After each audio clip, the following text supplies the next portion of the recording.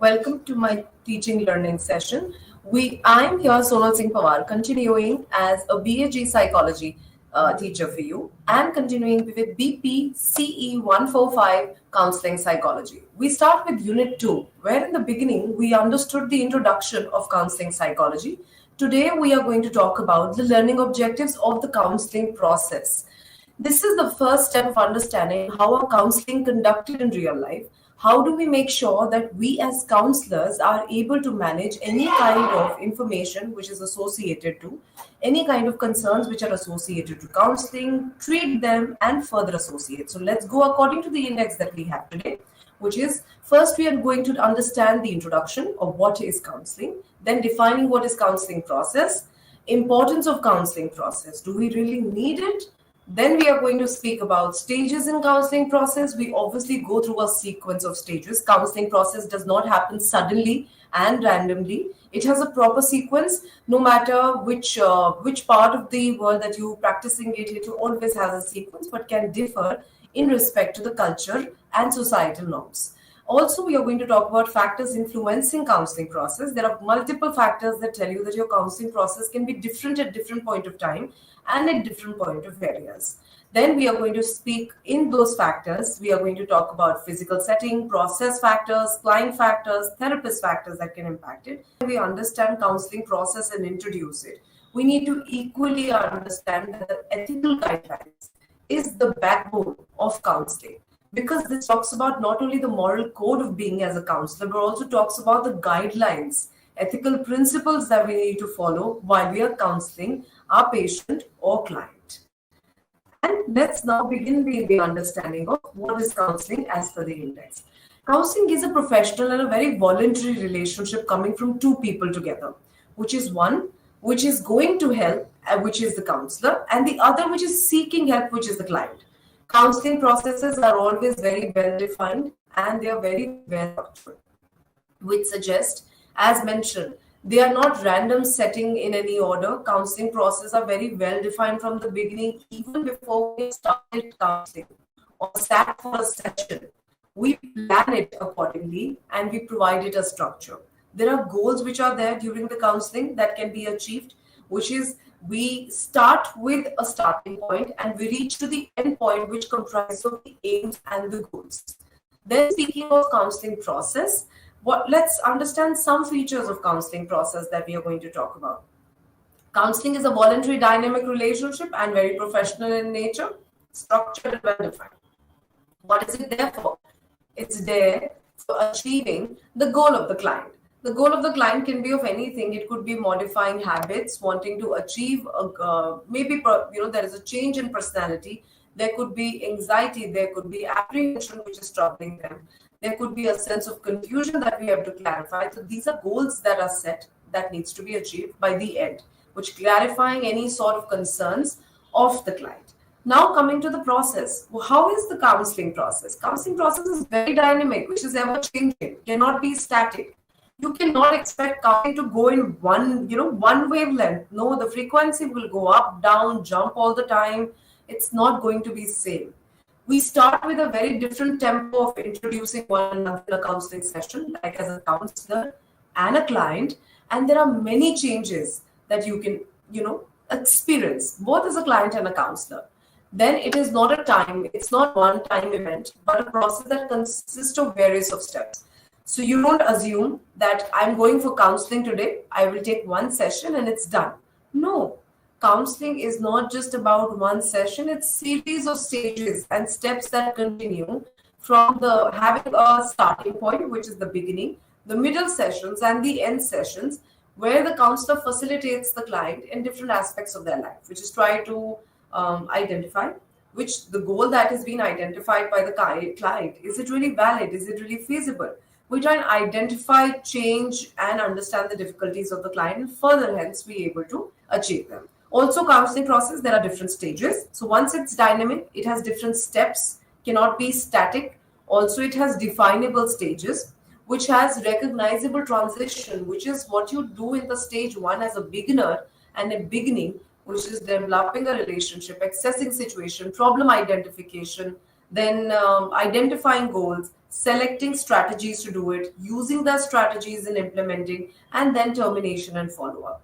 So you will see that these are definable goal, definable steps, and also the transition is very evident in this, which is you tend to see that there is a difference in stage one in the beginning and the stage that you transited from relationship building to problem identification. There's a huge amount of difference in the amongst the two. All these happens in the context of therapeutic relationship of trust, which is the first thing which is formed when we talk about counseling. Starting, it's the therapeutic alliance and therapeutic relationship. It is a trust, build. It is a relationship which is built with trust, genuinity, a lot of warmth. It supports, it's like a buffer. Therapeutic relationship is like a buffer. Anything that goes does not just push out of the wall, it just stays inside, comforts people. It's identifying difficulties, talking about concerns and apprehensions, addresses all psychotherapeutic relationship is like a buffer. It's such an important medium that at times it can support us to reach to the goal at times far more easier than it is required. Now moving ahead, looking like counseling always looks like this. Let's move ahead in terms of the importance of counseling process. So we understood what is counseling process. It's a dynamic, a series of steps that we go along, making transition one to the other with the aim of goal achievement of the client. And also therapeutic relationship being one of the most particular paramount process within the counseling sessions. Let's understand, why do we need a counseling session and why do we need a counseling process? What is the importance of it? The counseling process progresses to different stages, which is not discrete but continue simultaneously, which is very true. At times counseling, when we talk about sitting with a client in a counseling session, remember, once you've started the beginning session, therapeutic alliance, understanding of the problem, they all move together. You just cannot sit in, I feel you cannot just fold yourself and mold in one way all the time when we speak about counseling. Counseling is just not about I am making a counseling relationship, I cannot understand the problem of my client. That cannot happen. They are trying to tell us that counseling processes are not discrete, they simultaneously function together. Also, Rao stated the commonness comprises an important dimension of the counseling relationship, which is obviously the counseling relationships are unique and they are obviously holding that commonness. And it is unique in terms of the attitudes, beliefs, the characteristics, the thought process, state of mind, background of the client and the counselor. In common terms, it is the generic. We come here to obtain the objective and aim, and that's what is the major aspect of client counselor relationship. Then moving ahead, the process of counseling helps what? Why do we need it? Another importance, it helps in understanding the problems of the client, also help them make better decision, which has become more self-aware. The major agenda in most of the counseling, I presume, as also a counselor, is that we are looking forward to facilitate the client. The major agenda comes down to facilitation of the client, which could be problem solving, decision making, awareness of themselves about their problems, recognition of their problems, and further developing that will to solve the problem. It can also help the client in many different ways. Counselors are not only for physical personal counseling, which takes care of your personal adjustment, personal disagreements, etc. No, it is also academic, interpersonal, social, educational, career, etc. Counseling can help them establish meaningful and many happy relationship with others, which can help us cope in day-to-day stress, daily hassles, and events that goes on. Also, it's a very active process. Counselings can never be passive, which is you as even counselors cannot sit passive. So, for example, you have a client speaking of a problem to you, and that problem goes on for 15-20 minutes. After that, we will not be muted. We will not ask the counselor, okay, fine, now I need to understand your problem. Can I just take 5 minutes of, understanding thought process and understanding, getting an awareness of it until the time you contemplate your thoughts? No. It's a very active process. Client also actively participates. The counselor keeps facilitating and helps them develop their insight, the emotional and that intellectual insight to understand the problem, which is the goal of the session. Also, counseling process aims at shifting the client's perspective. This is the major agenda. Apart from reaching the goal, before reaching the counseling goal, I feel the first thing that we look forward to is shifting the perspective of the client, which is making them understand that there is another, side of the coin. There is another perspective that you can imagine. I feel perspective thinking, once appreciated and encouraged in any individual, it allows them a higher self-efficacy and esteem that will always allow them to see the environment in a better context, and I feel far better than the others. That's like the importance of counseling. Also, counseling takes care of a lot of things. Let's go according to picture. What is counseling? Counseling is non-judgmental. We sit there and make sure that we are not judging, we are not making them feel cautious about what they have told us. So, along with non-judgmental attitude, I feel unconditional positive regard is also another thing. Also, being responsive, also being confidential, which is, when we talk about being confidential, is that maintaining privacy of their data, maintaining privacy of their cases, the ability having, listening and being responsive to individual needs. That counselor has to be responsive to the client's need, and listening is having time to talk to someone who listens. Also, being able to understand and help you make sense of what's happening in your life, which is being able to make them understand that awareness that we are facilitating. So it's understanding, listening, make sure it's confidential, it's not judgmental, and the process needs to be changing. It cannot be static. We understood that counseling process is dynamic in nature. Now, moving ahead, let's start with the stages of counseling, which is one of the most important, I feel, aspect to understand once we start with counseling. We understood that counseling comprises of stages. It is not something which is going to be static. It has multiple stages, which leads to further the addressing of the aims of the client. So, stages of counseling process is the establishment of the rapport. This is such an important thing and starts with the day one. The day one that you start your initial sessions and you start with your beginning session, the first process that you start is building that confidence, that trust in the client, which facilitates the relationship and builds a continuous process between the counselor and the client, which is called the therapeutic alliance or the rapport formation. It's also known as rapport building stage, which is the foundation of counseling. See, it is the foundation of counseling. It begins with developing mutual trust and genuinity and warmth. This genuinity, trust, and warmth allows people to uh, unburden their problems. So imagine if you're not able to trust your counselor, you're not able to feel like the counselor, and you feel that I would take time to open up with my counselor. I need time to understand that what my counselor is leading me to. Remember, this will lead to not developing a trust, and further, you will not be able to have an open communication and unburden your problems to the counselor. And here we are stuck now. So the time that you are not able to open up with your clients, your clients are not able to open up with you as counselors. Remember, there is a big barrier, and these fears and insecurity further does not allow the client to tell you the right thing. So the counseling process has already become has too many barriers for the client.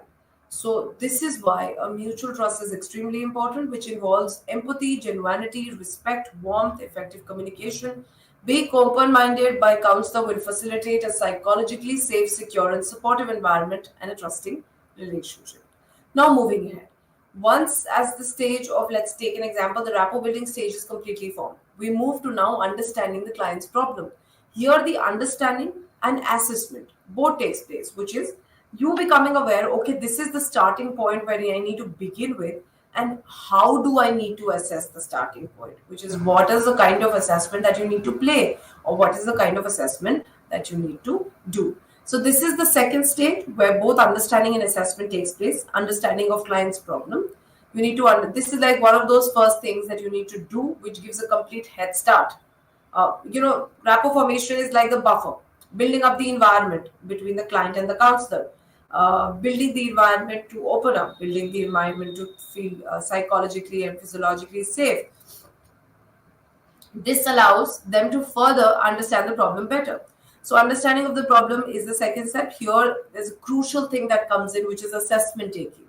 Assessment starts from the second stage. So speaking of second stage, assessment talks about uh, trying to use which different modes of assessment, which could be observation, interview, it could be case study, case history, questionnaire, noting of information, further understanding the problem, making hypothesis of your problem.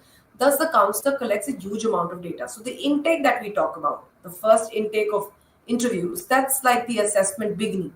And there's a detail of information about the client's life, which it looks like this. So this is establishing relationship that we did, and then this assessment or understanding the problem. Now moving ahead, what all does it talks about? This stage has multiple points. It is going to be understanding the problem, which is knowing what is it. So the what is identified at the second stage, and how do we understand this? What is also identified in this stage? That means the problem is that one person lacks confidence. Now, how do we understand what ways that the individual lack confidence would be? The different tools that we use to understand the problem, which could be interview taking, case history taking, which is the assessment, which will help us identify the problem more specifically. In the beginning, we have a general thought that the person lacks confidence. Now we will understand when the person lacks confidence, what are the contributing factors. Taking history is about, identify their name, age, sex, gender, their socioeconomic status, their education and qualification, their adjustment to the society, etc. So before the process of case history taking, the counselor assures that obviously there is confidentiality and privacy. This is paramount. I feel until you do not assure your client that all these information that you're discussing with me will not go anywhere. Remember, until then, it's always going to be a task. It's always going to be a task for the client to, going back to those conversations and rechecking their ideas that should I be telling it to the counselor? Will it be safe? So confidentiality and privacy should be, firmly maintained in this second step. Now, the further steps which are used to identify and explore the problems, which is done in the second step, it's only within the step, is we describe the problem specifically. Then we explore the problem. Exploration happens through case history taking, interview, questionnaire, it could be observation, data collection, etc. And then we try and integrate all the problems. Integration is what? Getting all the data together, and we try and join the dots, that where is the problem starting from. So this is the major part, which was the second step. Now let's come to the third step. Third step is the diagnostic formulation. After, see, what do we do after assessment? What is the major next step that you do after assessment? After assessment, you need to be able to make sure that we are able to identify with the diagnostic formulation, which is what is to be done with the problem, and if we formulate this diagnosis, what is going to be its success rate. So diagnosis is identifying problem, giving out solution. Identifying problem, so it's like a lock and key thing that you keep ready, and you also through this lock and key try and assume that will this lock and key be successful in the future, which is like, do we feel that the diagnosis made is going to be a successful thing? So next is diagnosis formulation. The counselor or the practitioner uses the gathered integrated information from the case history, observation, and questionnaires. They observe physical characteristic, conduct a mental examination or psychological test if required. If the problem is of like so that it requires few testing and any sort of physical test that would be developed to develop a list of more possibilities and causes of the problem. Once we know the cause, we try to make at the time when we take multiple tests, physiological, psychological tests, and find out the list of possibility of the problem or the disorder. This is known as making a differential diagnosis. So the counselor usually prefers and tries to make a differential diagnosis on the basis of multiple information got, and the counselor that decides what would be the action plan that we should use to help the client.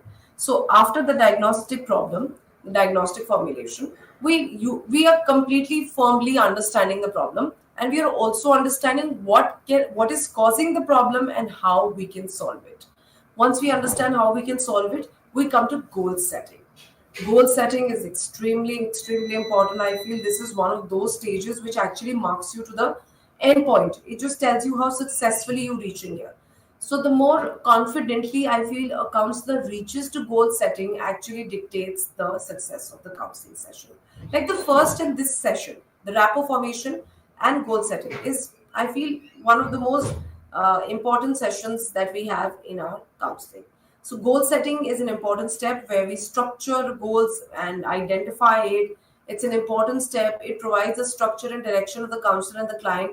The goal represents the desired outcome. Also knowing that there is a goal to be reached through counseling process generates a sense of hope and motivates the client. So obviously generating a goal obviously makes sure that we are able to move towards it. The more specific the goal I feel, the more motivated the people are. The better the goal, more identify the goal of the client is, the more that will be. They have that sense of hope that would move towards this. Also, selecting and applying the strategies comes after goal setting. Once you know what's the problem, once you know how you understood the problem, what you need to achieve, you need to now select and apply the counseling strategies. Once you identify the goal, the next question is how to accomplish it, how to reach it.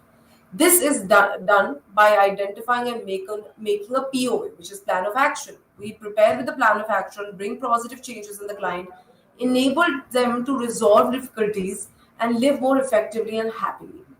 Which is we try and associate that this is the best key to the lock. You have you realized when you lose the bunch of keys and you start fixing and trying every key to the lock, that's the time that we are trying to identify, apply the best counseling strategies to the problem. So that's what even happens in counseling session. We try to understand the problem and try most of the therapies that could be the best fit to the problem. That is selecting and applying the counseling strategy, which is the setting goal and intervention. Intervention is something which is application of strategies that we have. Then we come to one of the last, the last thing which we finish it. Once you've applied the therapies, you've seen that the client is doing well. You also identify that the client will now be able to understand his problem in future. So if there are similar kind of problems, he can generalize the solution or probably use his insight better now. So we all know counseling client relationship in the beginning is not something which is a permanent relationship. It's a very important relationship. It's a special kind of relationship. It's neither an acquaintance nor a permanent thing. It's not a lasting thing. It is there till the time we support, facilitate your problem, and make you fulfilling for the society. So termination is obviously, is an important thing and often misunderstood stage of counseling. A lot of people, ignore it, they take it for granted. They just close the session and tell that you guys have been doing well. Now you can carry on with your life. No, we need to slowly and gradually start termination. Abrupt and unexpected breakup of the relationship will now cause problem to the client further. So let's take an example. Individual, as I said, lacks confidence, and by understanding information and causes, you understood that this is the problem, and assertive thinking and learning is something we can give them. We try all of that with the client, facilitated with reward and reinforcement, and the client is doing well. And now you suddenly feel, see, from the past 2 months, you've been doing your things on your own. Now you're completely fit, and we close the session from tomorrow. So, do you realize you just finished everything on a very abrupt note? Suddenly, the counselor should prepare the client for termination. This helps them mentally being prepared that now the entire river to row is me. I need to, go through that entire stream on my own, and they mentally prepare themselves, which makes them feel trustworthy of themselves, secure. Also, they feel that it's an important relationship ending, so we need to make sure that we are able to now further solve our problems on our own. Two mistakes which are done by at times counselor and the clients also, indulging into too much of personal attachment. This could be very difficult for the client and the therapist to move away. They will be finding it difficult to detach. Now the problems piles up. They are dependent on you for your problems. So we've not facilitated, rather made them dependent on us for their problems. So that's like one problem. Second is sometimes abrupt shifting of relationship, which is suddenly on the second day you said, after the client counseling relationship is going well, the client is doing really well. On day 5 you say of the session, where you find all the changes good. From tomorrow we are not meeting, the counseling gets over. These two activities on extremity levels causes a lot of harm to the client. Also, a formal termination serves three major functions, which is counseling is finished. Now it's time that you face the world with your problems on your own zest and will. Client, you need to terminate only when the client is capable, has gained insight, has the coping strategy, and is very mature to understand their problem. They should not be acting, I feel superficially good. We are not working at that level. We are working at a very genuine level where we want to make the client independent and effectively deal with their environment. And the last that termination should be serving is skills and strategies must be learned by the client. You cannot leave just because it's 6 and 7 session and you feel the client has not learned the strategies, but I need to leave it. It's time. My doing is only till 6 7 sessions. So please make sure before making generalization that the client is able to deal with it. You need to be specifically identifying the behavior and knowing that will the client be able to serve the purpose or not. Is that good? I hope this finishes with the importance of counseling process, the stages, and now let's come to factors influencing counseling process. This is again a very important thing. We have to understand it in length, that what goes wrong while counseling and what can make it a better and probably can demean the entire process. Starting with this is called the physical setting or contextual setting. Physical is the setting in terms of how does the room look and everything, and contextual also situation and area specific that we talk about as factor impacting counseling process. Also, counseling processes, which are the factors that we are talking about, they can impact both in the both pattern, which is it can positively impact the, if you make changes in terms of a very positive manner, can impact you positively and at the same time can impact you negatively. First, physical setting are contextual factors, which is to make the process of counseling very effective. The physical setting arrangement of the physical setting should be very, very safe. I feel the colors of the counseling sessions until they're children. We're not talking about children, but adults if you're dealing with. We should have a very good ventilation in the room. The room should be of the right temperature, not too chilly and not too hot, because it induces anxiety at the first go on the client. Second, the room lighting should be appropriate, soft and soothing. Too brighter LEDs, I feel, on the face of the client. We are not making a reel here. We are rather focusing on solving their problems. So it should be soft lighting, appropriately lighted. Colors used in the room should be lighter. We cannot go with reds and we cannot go with yellows and orange and bright greens. No, we need to have a very soothing pastel colors, which has very pleasing impact on the client. And also, the when we talk about safety comes from the feeling of safety comes from when the seating arrangements are comfortable, when you have water around you, when you have all the necessary, like a pen and a paper, a water, glass of water.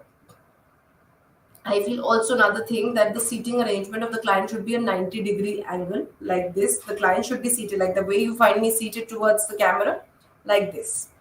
So they should not be sitting sloppily like this or lying on the, completely the table down and you are above. No. Or the table a little up and you are down, making another 30-degree angle. It should be a 90-degree angle.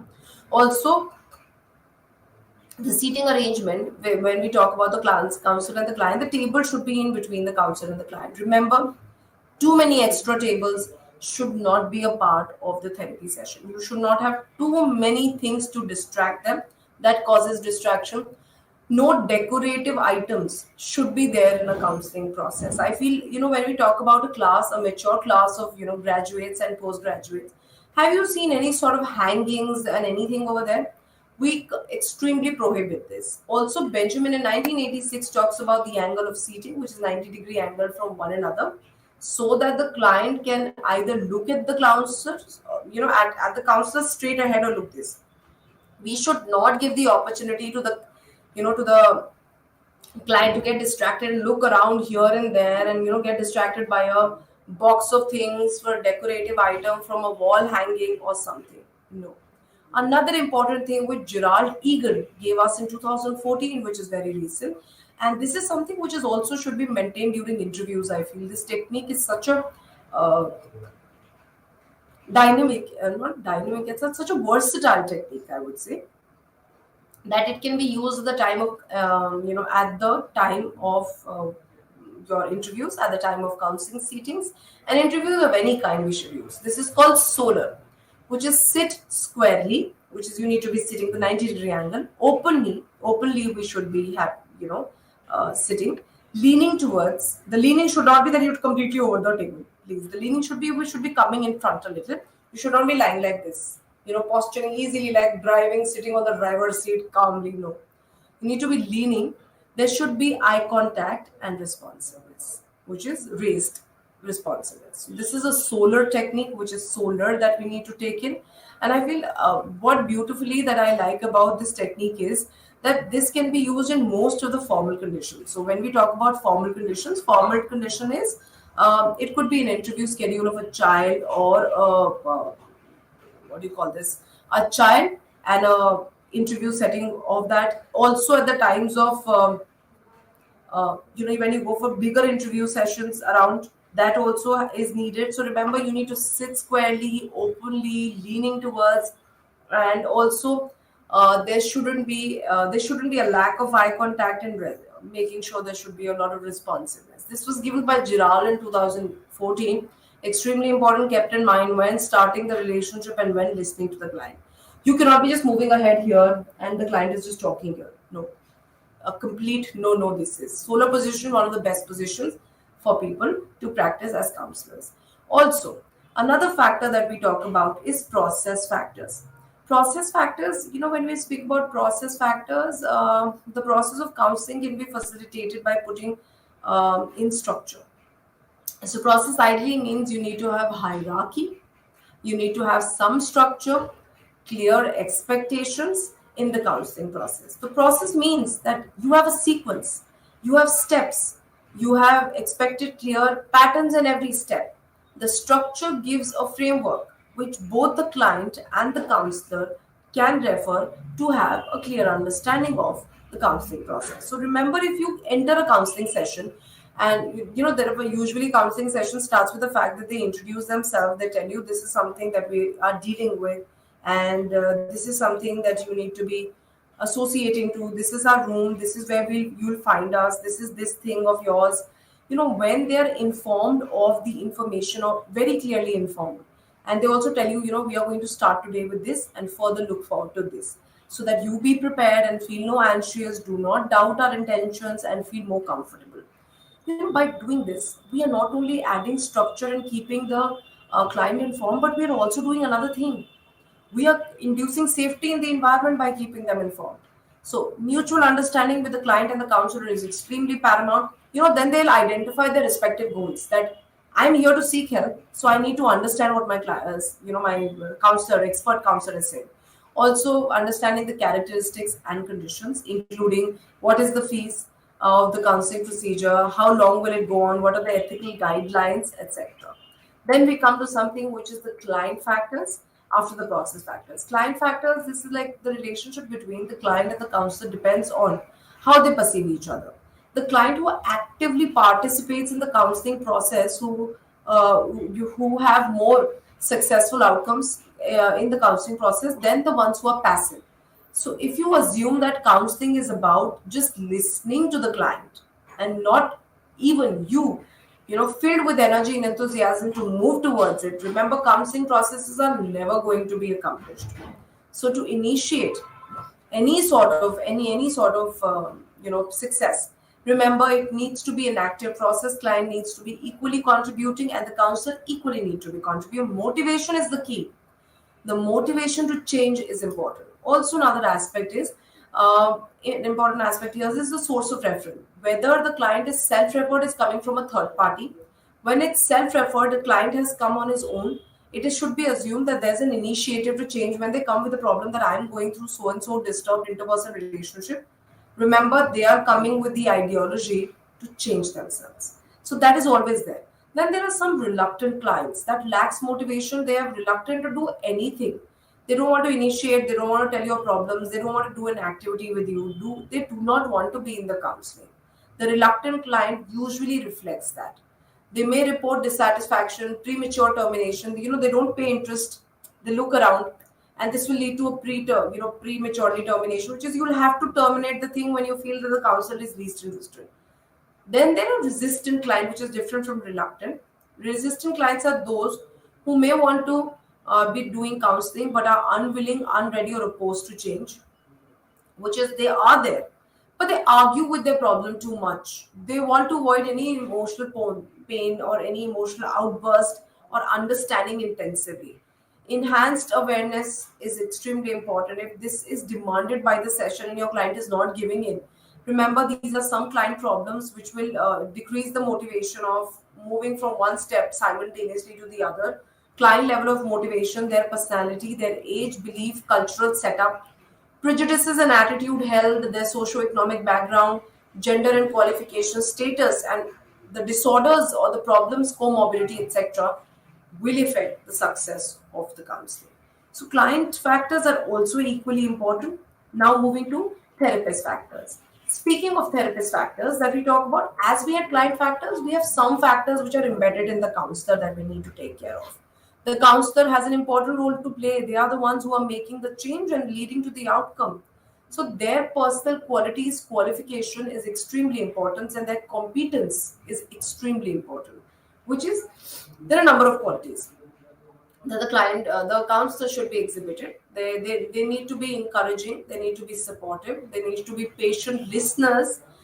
They need to be warm, accepting, empathetic at the same time, and non-judgmental and having a positive regard to the client.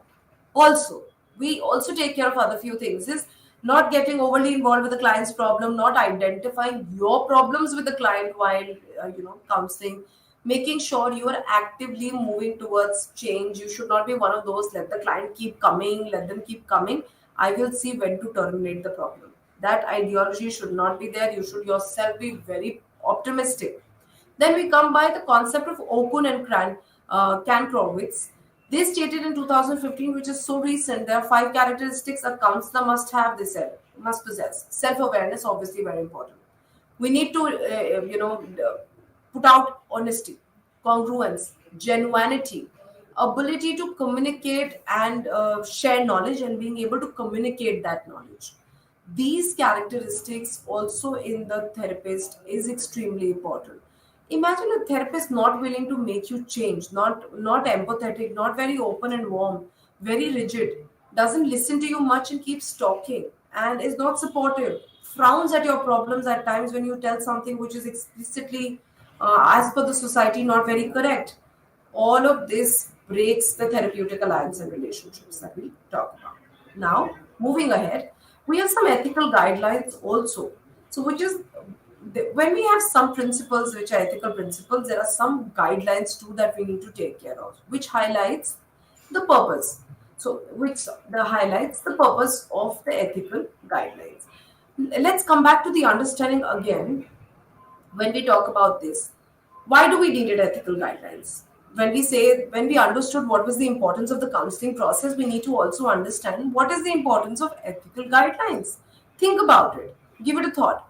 Are morals obviously necessary in every area, like in every area of our life? When we talk about professionals like teaching, when we talk about professionals like law, doctors, do we need it in counseling? Are ethical guidelines of paramount? Think about it. It is like any other profession, like any other ongoing specific professional aspect. This equally needs guidelines. The purpose of guidelines is another thing. The purpose of the guideline is to give you a shape, a blueprint, a diagnose. I feel the array of the diagnose starts from the first day for the client and the therapist. The therapist, the counselor starts thinking from day one that this is the identification. This would be the technique that I presume, successfully would be able to use it. And further, this would lead to this diagnose. Diagnosis made, success calculated.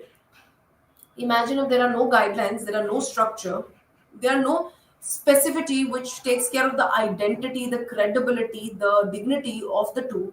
How will we work ahead? If we are disrespecting, if we are not concerning with each other's problem, if we are not interested in each other's problem, we look forward for only our achievements. Remember, counseling will never be sufficing, and it will not never be satisfying and will never suffice your problem. So ethical guidelines helps professional counselors to regulate themselves and function effectively. So remember, these guidelines will always tell us and let us know that we need to be working like this, and this is what is expected out of us. So let's come to the first point. The guidelines ensure that we have a professional behavior, clarity of thought, clarity of, we are able to clarify members' ethical responsibilities to avoid any malpractices in the profession. So malpractices could be you're sitting for some kind of case which you are not capable of. Your competency is not good. So that's the time that you need to know that I need to move ahead. My competency is not a part of it. This is completely incorrect. Then, ethical standards help to deal with ethical dilemmas, build professional character and virtues. That is so true.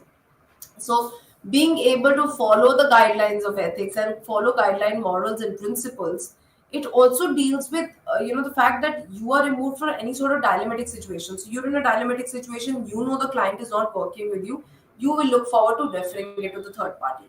At the same time, you feel that the client is getting too dependent on you. The client is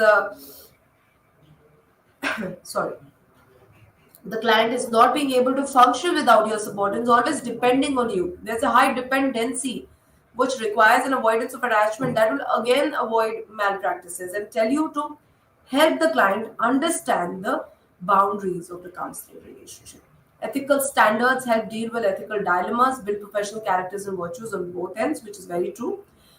Ethical dilemmas is the attachment, how long the session should go on, when should we terminate. These will support your ethical guidelines and dilemmas. They will answer you time and again. These guidelines will answer you. This is how you need to be.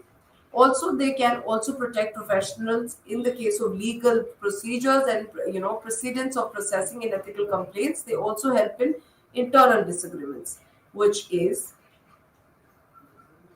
when we speak about ethical complaints coming in, if you are being ethically and morally following the code of conduct and following all the procedures, make sure that you're not following anything wrong.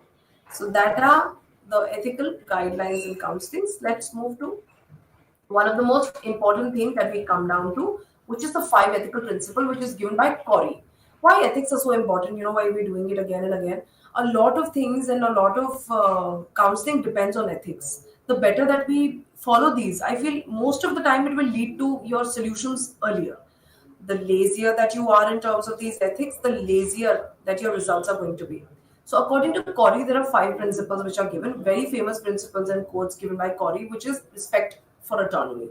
This is the freedom of the client to choose which direction they want to go, respecting that the client has the ability to make free choices from the constraint of the others, which is the role of the counselor is to acknowledge clients' autonomy and respect it too. So allowing them to choose what they want, allowing them to choose that this is the kind of right thing that I want to go ahead with. So this was given by Corey and Callanan in 2007. Then we call as maleficence. Maleficence is something everyone would have heard through a movie.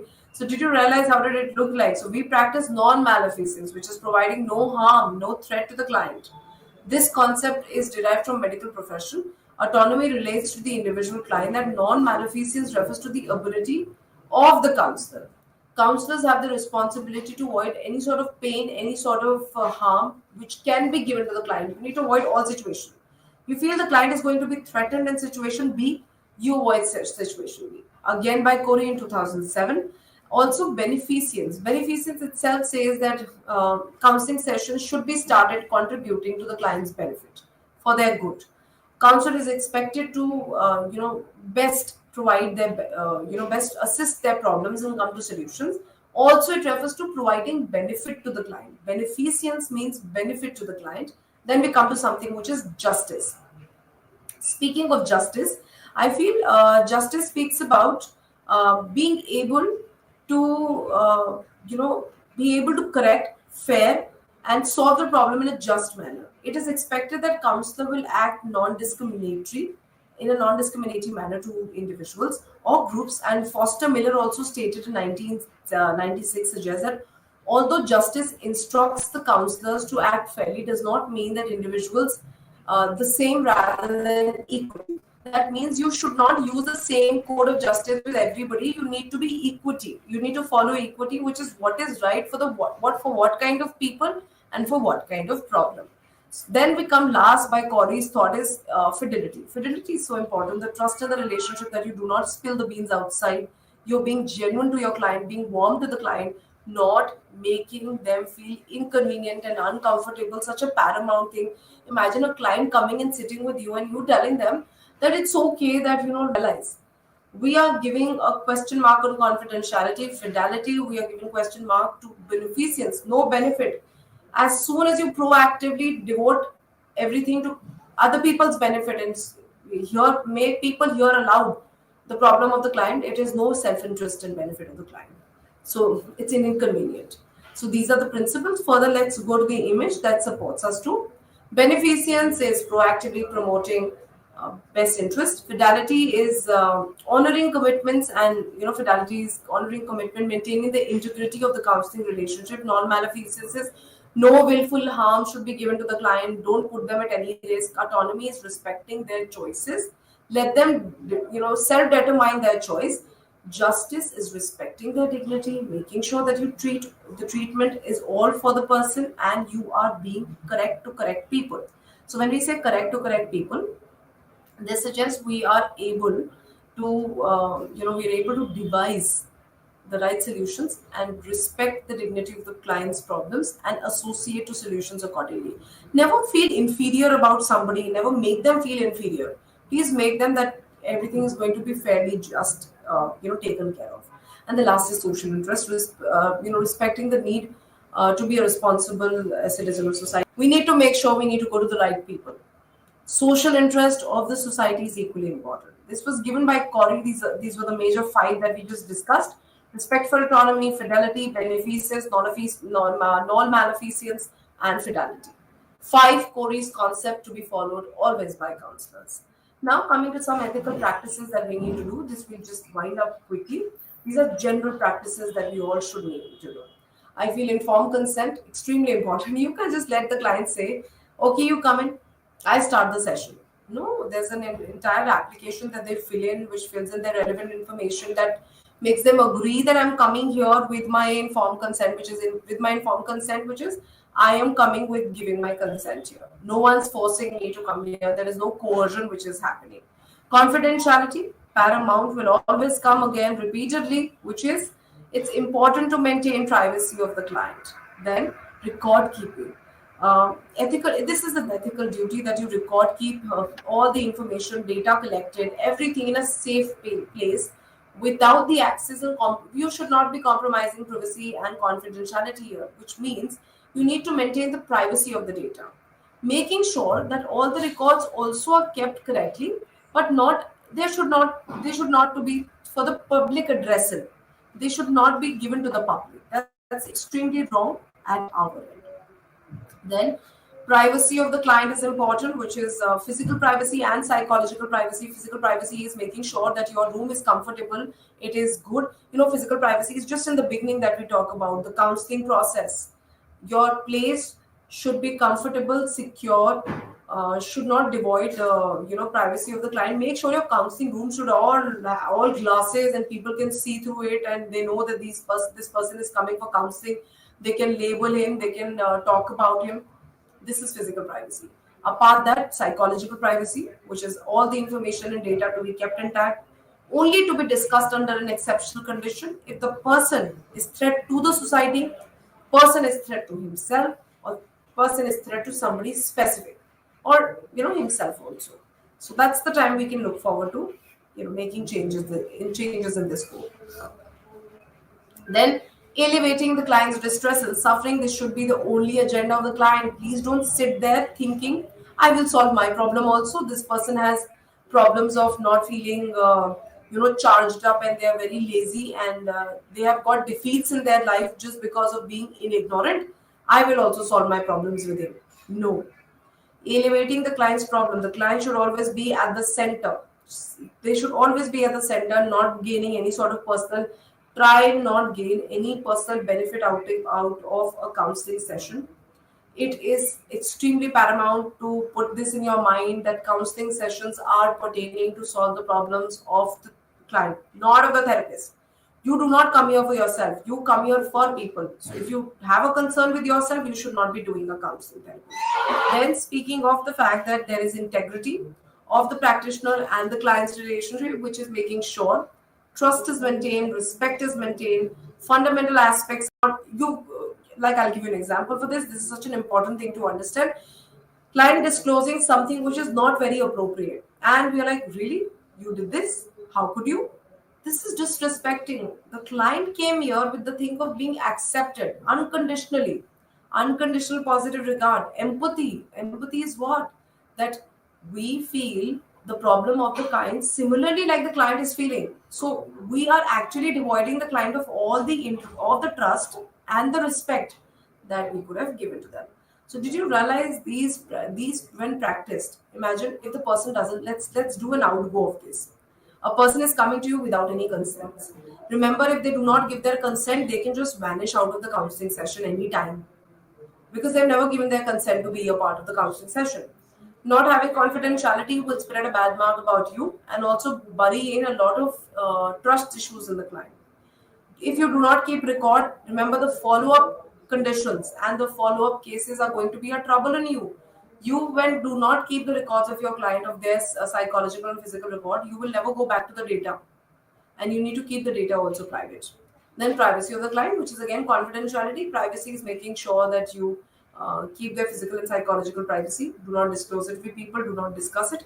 Exceptions applied.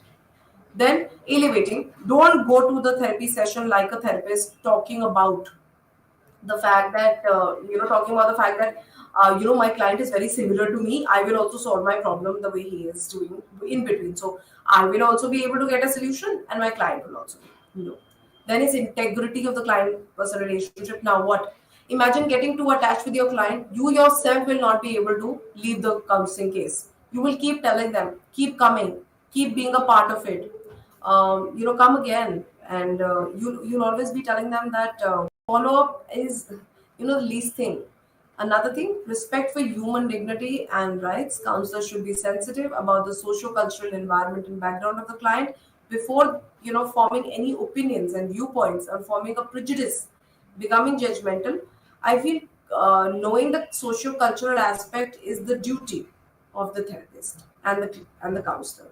If you are not equipped with the culture, equipped with the norms of them, remember you will not be able to respect your client for who they are. That's like a bigger question mark on you. Then other things, professional competence, extremely important. There are some people who have started counseling after their masters, calling them a counselor. Yes, they are certified counselors, but you cannot sit alone. You need to be qualified to sit alone. Professional degrees have to be trained appropriately, and you need to have a position that justifies your qualification, which is making sure that you do not drag people into your counseling. Once not having a license can cancel your performance, will even devoid you of a simplest of jobs. So making sure that you are hired, working under people, getting trained, and at the same time, your qualification matches your qualification matches your practice. You need to identify your expertise. You need to identify what are you best in, and further go accordingly. And also procure a license if it's possible, that we've already studied in the last class. That yes, RCI provided license, and there's a new one also, which is CHA, which has been providing us license in India. In India. So speaking of else, self-respect and self-care of the counselor. It is counselor's duty to promote self-awareness and have this good mental and physical health. This is like a counselor's factor. It's like why did I say this? It's a counselor's factor. The reason for this was that being self-aware of yourself, that this is my mental health today, not feeling good. I probably have a lot of flight of ideas. I myself am confused today. Remember, they should postpone their sessions because those conflicts will align with the conflicts of the client and will lead to more conflicts on the paper. Your record keeping will be a confused record keeping. You will not be able to focus on your client, rather you're focusing on yourself and your solution. You're trying to get in solutions through the client, which is incorrect. So it is the counselor's duty to promote self-awareness. Please do not take counselings until you are, you respect your physical body and your mental health, which is like taking care of your own needs also. Also, multicultural competence counselor needs to be sensitive. This is like something very important that you will find in your unit also, which is given separately. Multicultural competence needs to be identified. We need to be specific to specific cultural context, beliefs, and practices to create a very effective, conducive climate that we have, which suggests that your environment should be specific to wherever and whatever culture that you're dealing with. Let's take an example. Coming to Delhi NCR, the culture is very, it's mixed, and we are able to deal with a lot of people. The reason is that it's a multicultural land. And that's the reason we know so many practices. Counselors are so aware. Counselors know each and every ritual and duties. But if you're working in a specific area, remember, please be aware of the cultural context and beliefs. The reason for that is, at times, missing out on the cultural belief systems, we might label the client to be something which ideally is not true. Disregarding and non-consideration of a specific culture can also hamper the client-counselor relationship. So the fact that you disrespect, at times, disrespecting culture doesn't come directly. Disrespecting culture comes in forms of the fact that, what do you call this? It comes in the fact of disrespecting by not being aware of it. So once you're not being aware of it, also can hamper the client-counsel relationship. And how can it go to the therapeutic alliance? Remember, there's a person coming to of a specific culture to you, and you do not know the culture about that culture of that person. You'll end up doing a general thing, a general concept, not identifying their specific, prejudices and their discrimination in their mind for people, which is leading to problems of adjustment in them. So once you do not identify that, remember the core cultural add-on, which has been a part of their personality, it will lead to further problems. So this will hamper the client-counselor relationship. This will spoil the therapeutic alliance, and the entire counseling process may seem very alien to the client. The client will feel that I am just being brushed up from the above, and there is no result into it. And the last that we discussed today, there are ACA, which I just mentioned, another ethical standard that we have, which is American Counseling Association, which is ACA, which is 2005 states, has outlined multicultural guidelines, both in practice of counseling and also in trainings of counselors. So it gives you a snapshot of guidelines to tell you that what you should practice and what you should not practice. So these are multicultural guidelines, which is given by ACA, which is American Counseling Association in 2005, highlighting what we should practice. So these guidelines are so paramount, forms the backbone of counseling processes in session. Remember, something that we should learn while we are being trained. Your competence should be embedded completely with these guidelines and principles. And that's what will make us understand the counseling process that we did effectively. So counseling process, its importance, its stages, the factors which can influence it both in a positive and in a negative manner, and the ethical guidelines. This was the summary for the day today to make you understand what was counseling process all about. Unit 2 completed today. Thank you.